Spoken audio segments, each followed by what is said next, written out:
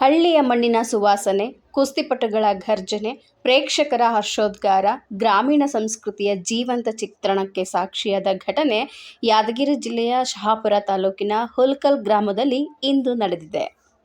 ಪರಂಪರೆಯ ಕ್ರೀಡೆಯಾದ ಹಳ್ಳಿ ಸೊಗಡಿನ ಕುಸ್ತಿ ಪಂದ್ಯಾವಳಿ ಭರ್ಜರಿಯಾಗಿತ್ತು.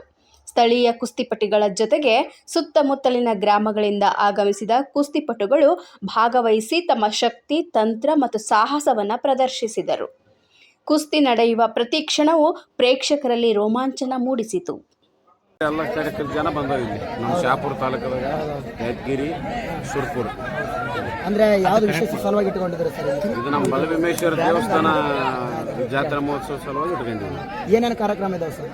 ಇವತ್ತ ಡೊಳ್ಳಿನ ಪದ ನಡೆದದ, ಕುಸ್ತಿ ಪಂದ್ಯ, ಮತ್ತೆ ರಾತ್ರಿ ಕೊಡ ಎಲ್ಲಮ್ಮರ ಕೊಡ ತಮ್ಮಂದ್ರು, ಕ್ರಿಕೆಟ್ ಪಂದ್ಯಾವಳಿ ಎಲ್ಲಾನು ಇಟ್ಕೊಂಡ್ರೆ ವರ್ಷಕ್ಕೆ ಒಂದೇ ಸಾರಿ ಆಗೋದು. ನಮ್ಮೂರಲ್ಲಿ ಬಹಳ ದಿನಗಳದ್ದು ಆಟಗಳು, ಸ್ಪರ್ಧೆಗಳು, ಮನೋರಂಜನೆಗಳು ಪ್ರತಿ ವರ್ಷ ಬಲಭೀಮೇಶ್ವರ ಜಾತ್ರೆಯಲ್ಲಿ ನಡೀತಾ ಇದ್ದಾವ.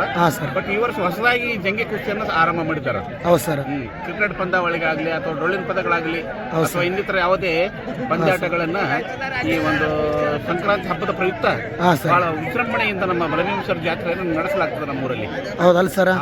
ಇವೆಲ್ಲ ನಮ್ಮ ಉತ್ತರ ಕರ್ನಾಟಕದಲ್ಲಿ ಇರ್ತಕ್ಕಂಥ ಕೆಲವು ಪಂದ್ಯಗಳನ್ನ ಈಗೆಲ್ಲ ನಶಿಸಿ ಹೊಂಟವ್ ಸರ್. ಇವಕ್ರನ್ನೆಲ್ಲ ಬೆಳಗ್ಗೆ ತರ್ತಕ್ಕಂಥದ್ದು, ಬೆಳಗ್ಗೆ ತಂದಿದ್ರು ಉಳಿಸ್ಕೊಂಡು ಬೆಳೆಸ್ಕೊಂಡು ಹೋಗ್ಬೇಕಂತಾನೆ ಜನ ಎಲ್ಲ ಹೌದೌದು ಸರ್ ಹೆಂಗ್ ಪಡೆ ಊರಲ್ಲಿ ತಯಾರಾಗಿ ಮುನ್ನಡೆಸ್ಕೊಂಡು